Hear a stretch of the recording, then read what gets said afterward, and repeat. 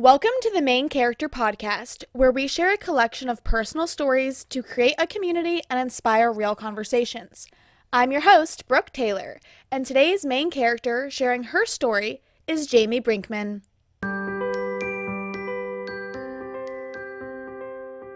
Hello, welcome. Thank you. I'm so excited to have you. I'm excited to be here. Tell us a little bit about who you are. I am Jamie Brinkman. I'm from San Clemente. I'm 36 years old. I'm a mom of three. I'm a photographer and a network marketer. Not where I thought I would be at 36 or what I'd be doing, but I'm super happy to be here. That's awesome. So, are you originally from San Clemente? I am. I was born in Laguna Beach, lived in San Clemente until I was about 7 years old. And then we moved to northern San Diego. I went to college in San Diego, but San Clemente always felt like home to me. So I knew I wanted to move back at some point. Where did you go to college? UCSD. I wanted to go into the magazine world. I wanted to be a magazine editor. I always had this obsession with reading magazines, turning the pages, seeing the pictures and collages and the visual aspect of magazines mixed with that aspect of learning, of providing value to someone with imagery and information. Did you like college?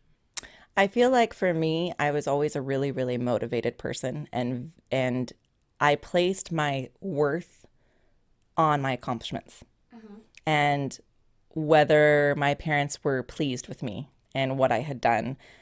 And college was always the ultimate goal. Like growing up, my whole childhood was about where I was going to get into college. Wow. And like getting there. And that was the goal. And then once I was in college, it was like graduate with honors, graduate early, go get a job. And I had a crisis when I graduated.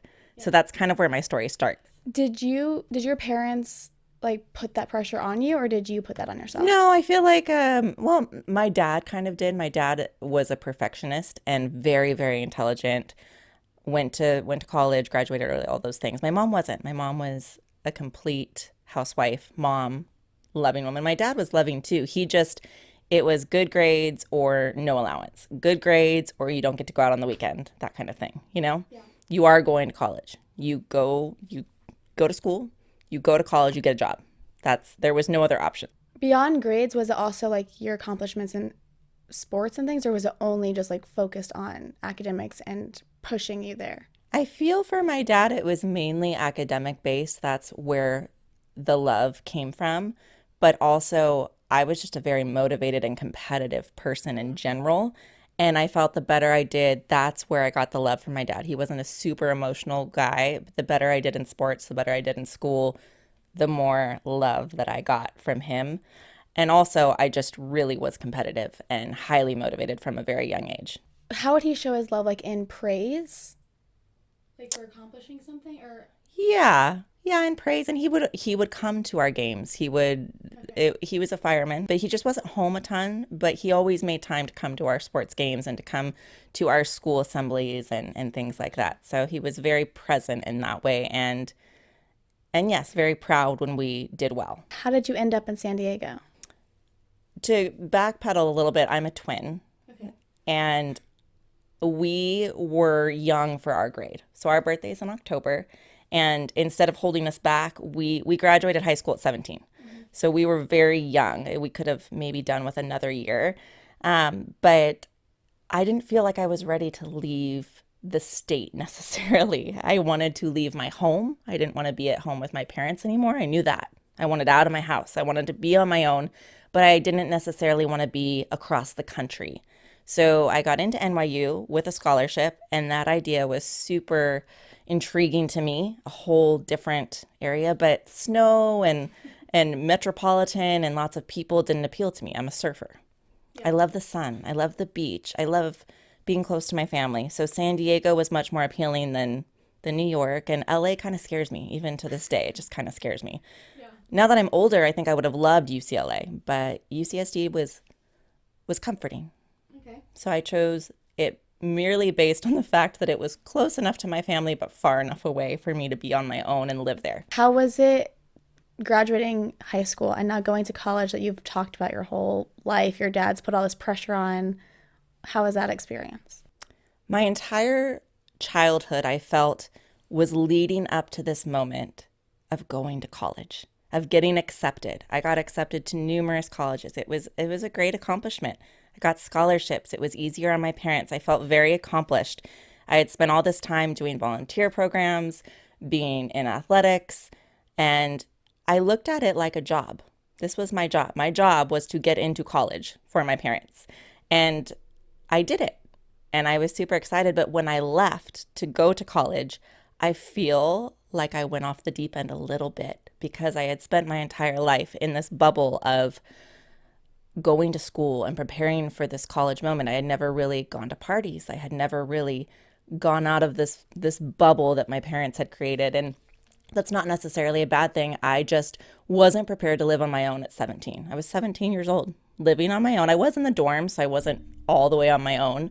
But it was young. It was young to be completely living alone, and I slipped a little bit that first quarter of college. And I'll never forget my dad calling me at the end. It was November, and he said, "If you don't improve your grades, we will not be paying for your college, and you will be coming home." And that was terrifying to me. This was my moment to figure out what I wanted to do with my life and finish college and show them what I was capable of. So I got my act together, and I had a plan. And this is kind of where my story starts, because I feel like I thought I was more in control than God, and that I had control over my life, and I knew what was going to happen in my life, and I was going to control it no matter what. I was the one that made things happen. I'm the one that got myself into college. I'm the one that graduated early. I ended up graduating UCSD in 3 years. I graduated, I was only 20 years old. So you do well in school after the first semester.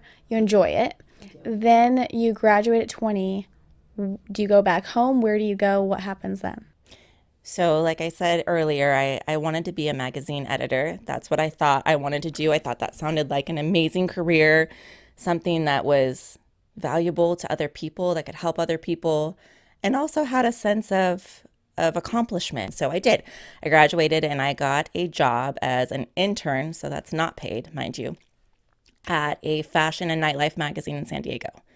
And I worked there for about 6 months, and I absolutely hated every bit of it. But what I really didn't love is the pace. Every month it was turnover. Every 30 days you're creating a whole new issue, and it was very, very stressful. Every single day it was go, go, go, go, go. I had no idea it was like that.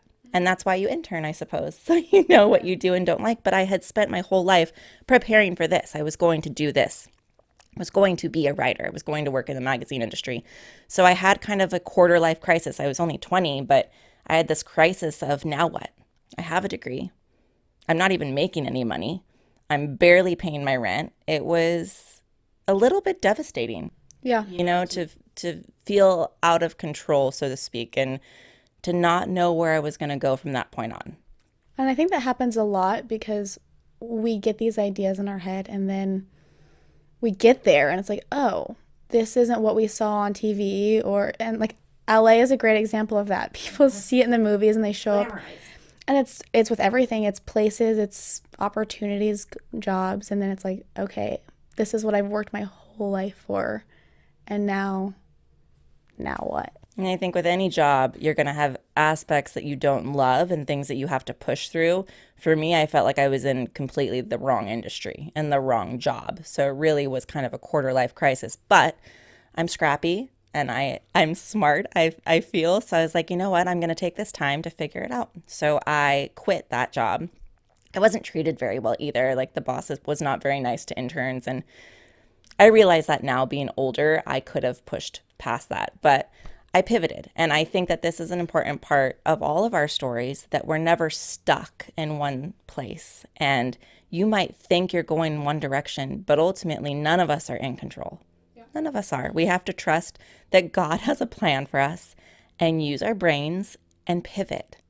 And that is a huge part in my life story, is the ability to pivot and know that we do have a purpose. And that purpose might even change over time. I don't believe all of us have just one purpose. I think we have many purposes, but we were built for more, and we were built for something. And if we trust in that, and we trust in God, and we use our brains, we will go the path that we're supposed to go. I think a lot of us like myself, tried to get there myself. And you can't do that. You can't get somewhere by yourself. No matter how hard you work or where you go, you have to have help sometimes, and you have to have God in your life. So I said a prayer and I decided to take 6 months off and go work at a surf camp. Like some of the best 6 months of my life. My parents were shocked and my dad was not very pleased that I was working at a surf camp. But I told them, look, this is not permanent. I realize that. The surf camp is not permanent. I need to figure out what I want to do next, where I want to go, and I need to make some money. I was not making any money at the magazine. So I took those 6 months to make some money, actually made really good money at the surf camp, and figure out what I wanted to do. And it was a Billabong sponsored surf camp. So when the Billabong corporate employees would come down and bring us wetsuits, they would talk to me about my history and my background, and they offered me a job. So I ended up getting a corporate job at Billabong in Irvine, and my career plan shifted. My plan for my life shifted, and all of a sudden I had a new goal and a new something to strive for. I said, okay, great. I'm going to move to San Clemente, where I knew I wanted to raise a family, and I am going to work on two things. I'm going to work at Billabong, which is fun and will earn me money and is a real job that my parents will approve of. And then I can work on what I really want to do and figure that out in the meantime. And I'm halfway between San Diego and LA. I can become anything I want. I felt like the world was my oyster and I was back on plan. And so I moved to San Clemente in 2006 with a plan to work at Billabong and even maybe go back to school and get a master's and become an author and a writer and do all these fantastic things. I had this whole plan of what I was going to accomplish by the time I was 25. I had just turned 21. And so in my mind, I said, I have 4 years. I like short-term and long-term goals, but in this time, I was like, all right, I'm going to have 4 years to accomplish X, Y, and Z.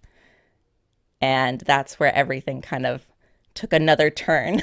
Well, to your point of we can't do it alone, because I think as humans, we get this like ego where it's like, oh, we're in control, we have it all.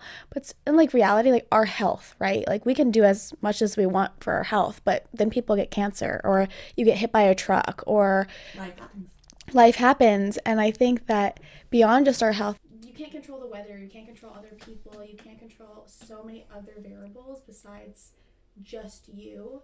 And so it's like, okay, I have this dream of getting X, Y, and Z job, but then you can't control if they hire you. You can't control if you get into the school that you plan. All of these things are outside of you. And so to say like, oh, well, we can do it all on our own, it's like, no, we really can't. And if we get there, it's like someone else's or something else is working for us to make those things happen. When you're younger, or even people who are older, but especially me being younger, I felt if I worked harder, if I worked longer, I could accomplish whatever I wanted. That was always what I was told. You can do anything you want if you work hard enough. So that's what I did. I worked my butt off. And that's what I learned, is that you can work as hard as you can and life will throw stuff at you. Life throws curveballs at you and you have to pivot and you have to have belief that there is a plan out there for you and that you have a purpose beyond what you even know. So I feel like that was what God was trying to teach me at that time. I still hadn't figured it out even after the first pivot. But I moved to San Clemente. I had my job at Billabong. Eventually they offered me a job as a photographer as well. It was all the pieces were falling into place, I felt like. And then I ended up meeting my future husband 2 weeks into moving to San Clemente. And that's where things started to take another turn. How do you meet him? So I moved to San Clemente, and even though I had lived there when I was younger, I didn't know anyone. I didn't mind that. I just didn't know anyone. So I got a job as a waitress at Beachfire. It's a local restaurant in San Clemente, so that I could meet people. You did that in addition to your Billabong job? Yeah. Okay, so you met him at work. I met him at work. And what is this next pivot? So I meet Jeff, and we were actually supposed to meet before the night we actually met. He is a firefighter, and my dad is a firefighter. And so my dad had some of his firemen help me move in, which is like every 20-something girl's dream. They were awesome. And one of them had invited Jeff to help move this 20-something girl into their apartment, and he couldn't that day. And so I ended up hanging out with these young single firemen while I was getting to know everyone in San Clemente. And he was supposed to be at several events that I was at and wasn't. So anyways, I was working one night and he walked up to order a drink from me and I was already off work. And so I said, I'm sorry, I'm off work. You can go order a drink over there. And he said, well, actually, can I buy you a drink then? And so I said, sure. And unbeknownst to me, he knew that I was the new girl in town and knew that I was the one that he was supposed to meet. So we hit it off right away. And we spent every one of his days off of work together from that point forward. And so, he factored into my plan. He was older, he was accomplished. And I always wanted to be a young wife and a young mom. I wanted to have all of these personal accomplishments done by the time I was 25. And in my mind, I wanted to get married somewhere between 25 and 30, before 30 really, and have children young. I wanted to be a young mother. My mom was a young mother. And basically, I wanted to be married with 3 kids and super successful and all these accomplishments done by the time I was 30. And so I'm 21, I'm dating Jeff, and about 5 months into our relationship, I find out I'm pregnant. And that is not planned. And that was not, yes, I want to be a young mother, but I did not plan on becoming a mother at 21 years old. And that was not something that my father would approve of. And again, it was not in the plan. I remember sitting on the toilet praying, saying, no, this can't be right. This test has to be wrong. This is not part of my plan. This isn't part of my plan. This isn't supposed to happen right now. And this is a huge part of my learning and growing and figuring out that life does not always go how we plan and that there is a greater plan for us. And I tell you, to fast forward a little bit, I could never have planned my life better because I'm not in control. We think we are. We think we're in control of a lot of things. But if I had planned my life out, who knows where I would be now, but it would not be as great as it is. God knew exactly what I needed. He knew who I needed. He knew what child was supposed to be born to me. He knows everything. And to look back on my life, I wish I could have told my younger self, don't stress so much. God's got you.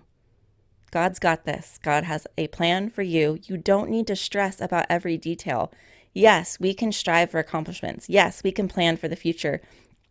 But ultimately, we have to live our life knowing that at some point, variables are going to happen. At some point, life's going to throw stuff at us, and that God's got our back, and that we have to trust in that and know that ultimately He is in control and He has a plan for us. And I would have saved myself a lot of stress. I think I shaved years off my life. So you get pregnant, and it sounds like in your head you were like in a rush to like accomplish everything as fast as possible. Yeah. And then my competitiveness. And then you get pregnant and you're like, well, I can't do these. It doesn't fit into the career path, whatever. Changes everything. So what is that? Now you find out you're pregnant. What does that pivot look like? That moment on the toilet. Actually, I took the pregnancy test and I left it on the bathroom counter and walked away because I didn't think I was really pregnant. I really didn't. I didn't think I was, and I forgot about it. And I went back to the bathroom and I looked at it and I was like, oh my gosh. I had different words, but I won't share that with you here. And I thought my whole life is about to change. My whole plan for my life is changing right now. And it terrified me. I loved Jeff very, very much. And I am so grateful every day that God brought him into my life and that it was him. Because my life would look very, very different if it was anyone but him. So at that moment, I didn't lose hope. I wasn't devastated. I was actually, after the initial shock, I was so excited, and so is he. So that it took a huge weight of pressure off of me that he was excited too, and he wasn't worried. And I knew I was resourceful and smart, and I wasn't worried. I just knew that it changed everything. And so I took a week or two to kind of wallow in that. And then I started making new plans. So, how did your parents receive that? They received it better than I thought they would, I'll tell you that. And I think the reason is that both Jeff and I were there and we sat them down in person. We did not text them or call them. We sat them down in person. My mom was very excited. My dad was shocked. But Jeff and I had been dating about 6 months, and we waited another couple months to tell them. So he had known him close to a year, and he really loved him and appreciated him and respected him. So that helped out a lot. But they were still shocked. I was 21 years old. Well, I think it's a little helpful that he was older. Yes. So it wasn't like two 21-year-olds. No, that's what I'm saying. Thank you, Jesus, for bringing Jeff into my life. Imagine, I think sometimes if it was the guy before that and like what our lives would look like and how different it would be. And I feel like Jeff and I just work so well through all kinds of conflicts and we just were meant to be together. So it worked out very well. My parents received the news. They did not try to hit him or anything. And I pivoted again. It was another moment. I mean, by the time I was 21, I'd already had 2 major life changes to pivot with. And I just started making new plans. And I knew that I didn't just want to be a mother. I wanted to have a job and a career and have purpose. And I also knew that I did want to be fully present in my child's life. And so new plans were being formed there. And I had to figure out which way to go and how to do it with a baby, not just by myself. And I also lost a lot of friends. A lot of my friends were like, oh, you can't party anymore. I don't want to be your friend.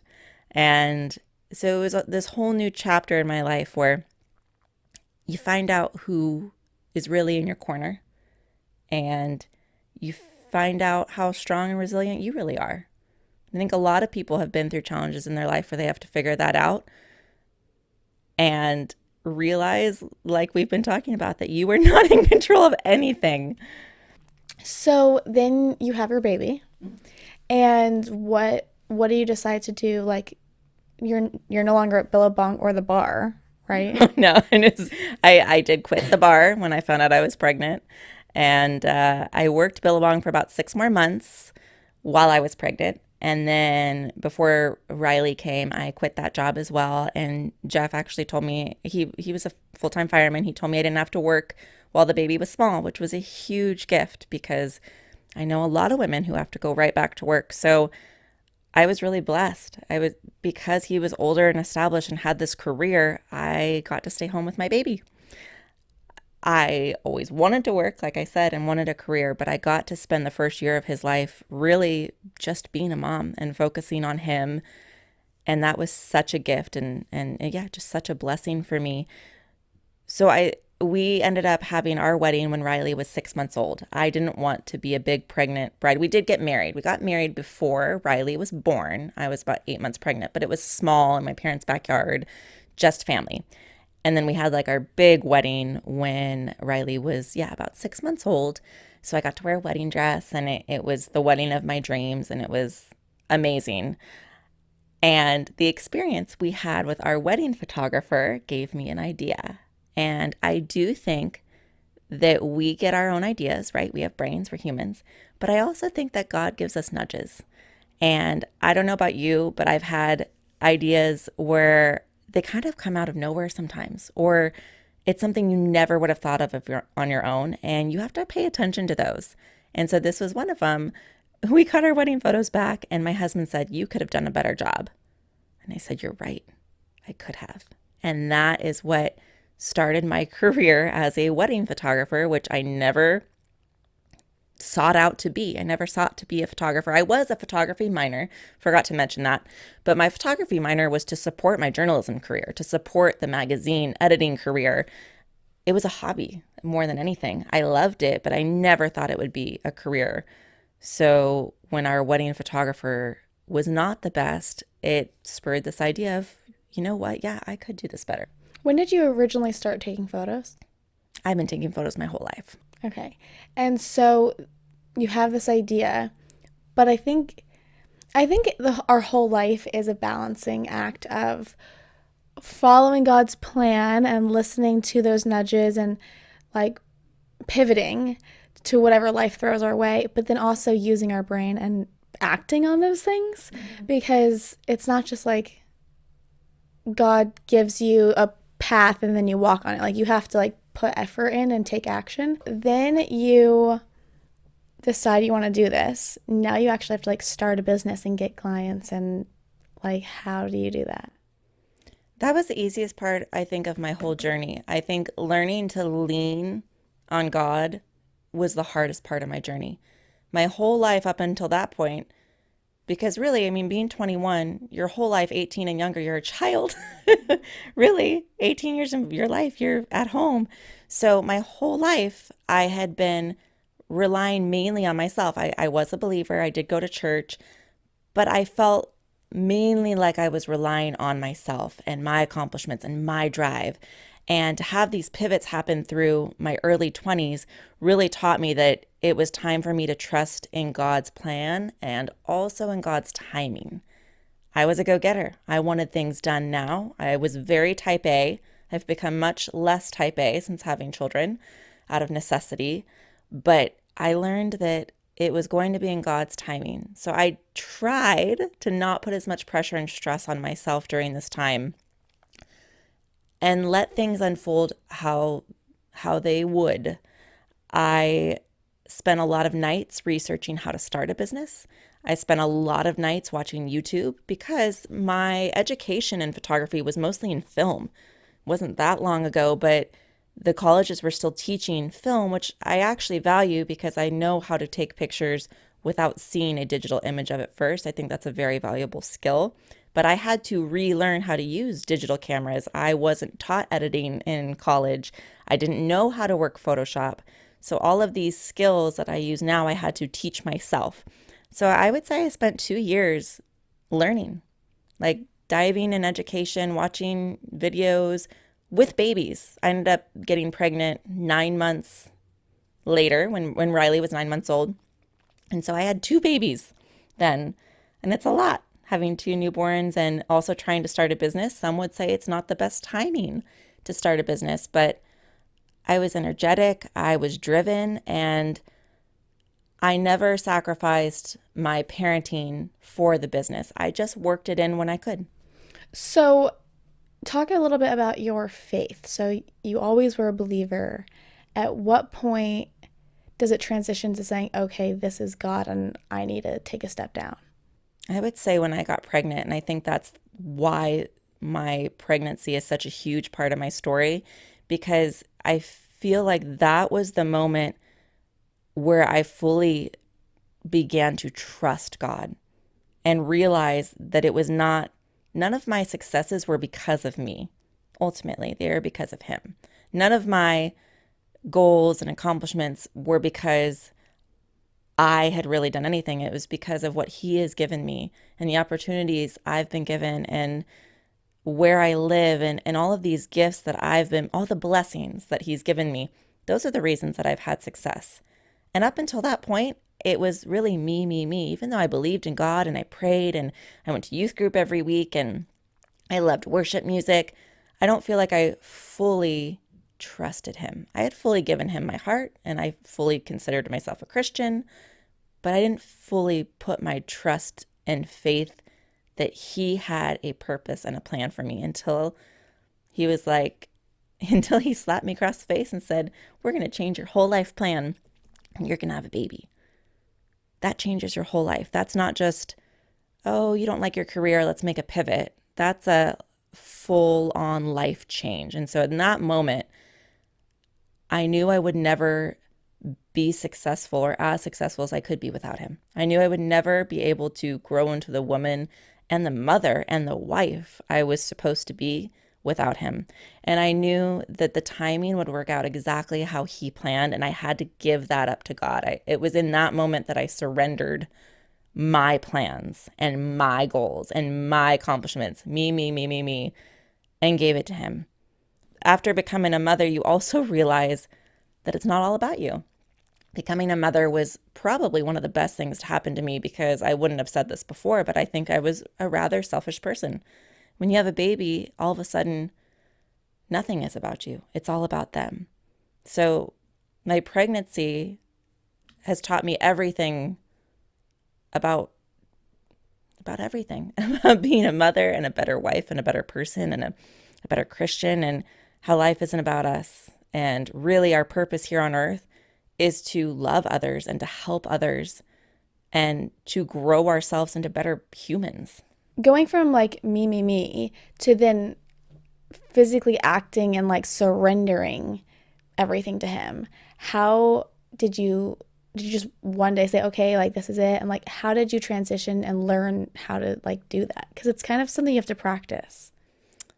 Again, I think God has a plan for us, and I think that there is a reason that pregnancy is 9 months.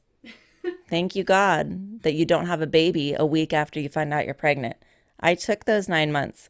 The first 3 months, I pretty much barfed and was sick and asleep and miserable and wallowing in my pity. But after I felt better, I took the next 6 months to really dive inward. I didn't have a baby yet. Jeff was at work half the time, so I took those days, I journaled, I napped, I walked, and I really tried to take that time to figure out some things about myself and where I was going, because I wasn't going to live a life where I felt pitied or I felt like it was a mistake, or I never once thought this was a mistake. I never once thought about not having Riley, and you never really know how you're going to act in a certain emergency or a certain situation or a certain scenario. And as soon as I found out I was pregnant, I knew that my life was going to change, but never once, not for 1 second, did I not want him. And so I really took time to figure things out. And I think we could all use more time in our own minds. We are so busy. We're so overwhelmed by technology these days that I think many of us need to be bored and need to sit in silence with ourselves and look inward. And I'm lucky there weren't smartphones when I got pregnant. There weren't iPads. I wasn't distracted. I spent a lot of time in nature. I spent a lot of time looking inward. And I have to remind myself even now to do more of that, because the more we look inward, the more things make sense outward. The more we spend time with God in prayer and in his word and in devotions, the more things make sense on the outside. And so I spent a lot of time doing that. So now you're almost 15 years later. Mm-hmm. Can you talk about like it seems like you weren't that scared, but like to say, okay, my life's going to change. I have no idea what it's going to look like. How it's been a blessing that you decided to have the baby and decided to do it anyways. In the last 15 years, I have had 3 children. I have created a 6-figure wedding photography business. We're better in our marriage than we have been ever. We're in a lovely house. And it's all because I trusted in God. I trusted in myself. I trusted in our marriage through the ups and downs. It wasn't always easy. There's lots of ups and downs in pregnancy and in marriage. But even the decision of our home, we lived in a tiny 2-bedroom house. And when I was pregnant with my second baby, we decided we needed a bigger house. And I wanted it right then. I'm very instant gratification type person. And when I decide something, I want to make it happen. And God said, no, you're going to wait. You're going to wait 2 years. And again, it's a lesson of patience and knowing that he's in control. We looked at many, many houses, none of which worked out. And I would pray and say, we need a house before this baby comes. And long story short, we ended up finding a house when I was about 9 months pregnant with Micah and moved in when he was 5 days old. And it was the perfect house. If we had moved into any of the houses that I loved and wanted to make happen before, we wouldn't be in the house we're in today. I've been in this house 13 years. It's perfect for us. Perfect yard, perfect view. And it's because we waited and because we were patient. We trusted in God's timing. And it's all about trusting in his timing. You think you have it figured out and you can make stuff happen, but ultimately he's going to show you that his timing works better. And if I had trusted my own timing, we wouldn't be where we are today. If I had trusted my own goals, I wouldn't have the family I have today. If I had gone with the career I thought I wanted, I wouldn't have the freedom I have today to work from home and care for my kids. I would be in a salary job working 8 to 5 and have to find childcare. Everything happens for a reason. And I even hate that saying sometimes, because when tragedy happens and someone tells you that, it's not what you want to hear. But what I mean by that is that there is a plan that he has laid out for our lives that he already knows. And it's our job, like you said, to trust that, but also to use our brain and to listen to the nudges and read his word and use our brain to try to figure out with our own free will where to go, while also trusting him. And that, I think, is the biggest lesson I've had in my life. So, if someone is listening to this and they are a young mom, they just found out they're pregnant and they're like, what do I do? What would you tell them? Trust that there is already a plan for your well-being, for your success, for the health and life of your baby, and that there will be joy and purpose in that. And it's your job to figure out how to fulfill that. There's already a plan. Take the stress out of the unknown. Our futures are unknown. The stress needs to be removed, and just try to figure out what the next best step is. Instead of trying to figure out where you want to be 10 years from now, figure out what your next best step is. Not where you want to be in 5 years, not what you thought you wanted to be doing, not what your future is, not that your future isn't what you thought it was going to be. You are where you are right now, and it's going to be okay. Just figure out the next best step. Well, and I think that we like to compare, and not only to others, but to our idea. I know I've struggled with that, where it's like, I wanted to be at this place at 20 or 25 or whatever it is. And then when we don't get that, we compare and we're like, well, why what we ended up with is less than, and I think it's like, just because it's not what we planned, it doesn't mean it's any less beautiful. And oftentimes I think if we can get out of that mindset, we can actually appreciate it for what it is and see how it maybe is even more beautiful than what we thought. Like in your case. Absolutely. Plans are just plans. They're not reality. They're just plans. They're just ideas that you put out there. It's our job to make our reality the best version with the blessings and gifts and talents we've been given.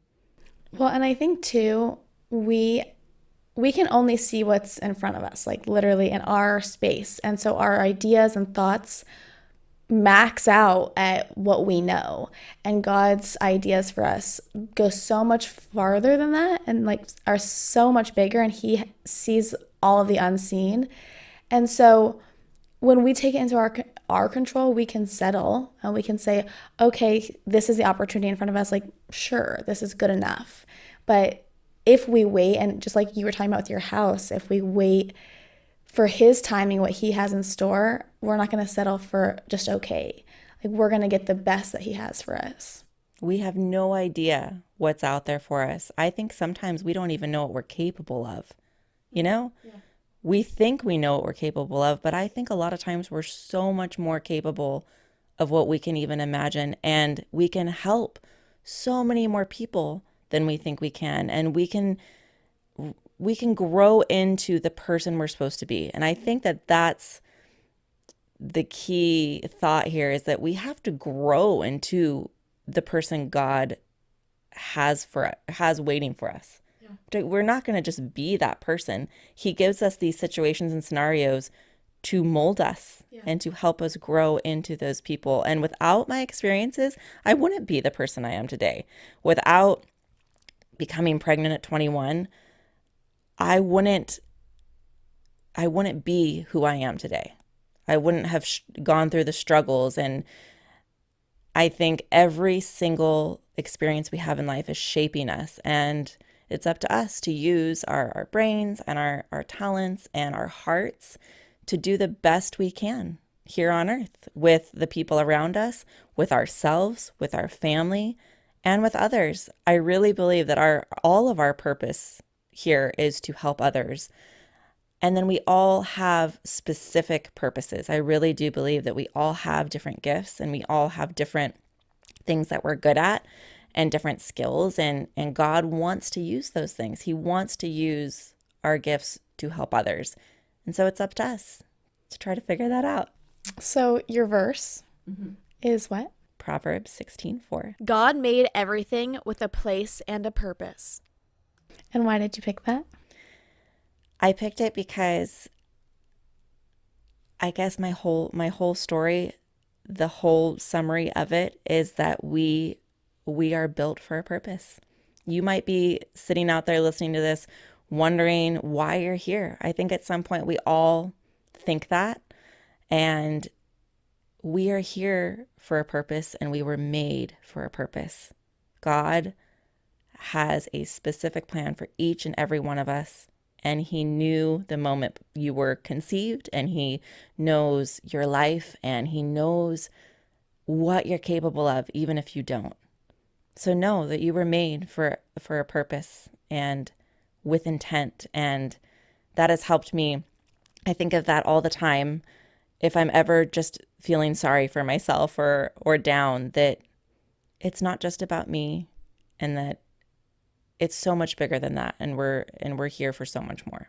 Well, thank you so much for coming on. You're so welcome. Thank you for being vulnerable and sharing with us. I hope that some part of my story resonates with anyone listening, and that you realize that you're made for more, and to trust in God's plan and trust in his timing, because he knows best, but to also use your brain and your skills and your talents to do more with your life and to grow into your purpose.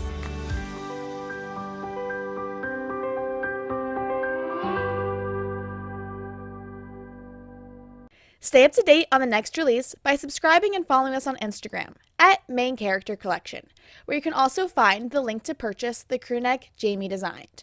And as always, remember, your story has a purpose.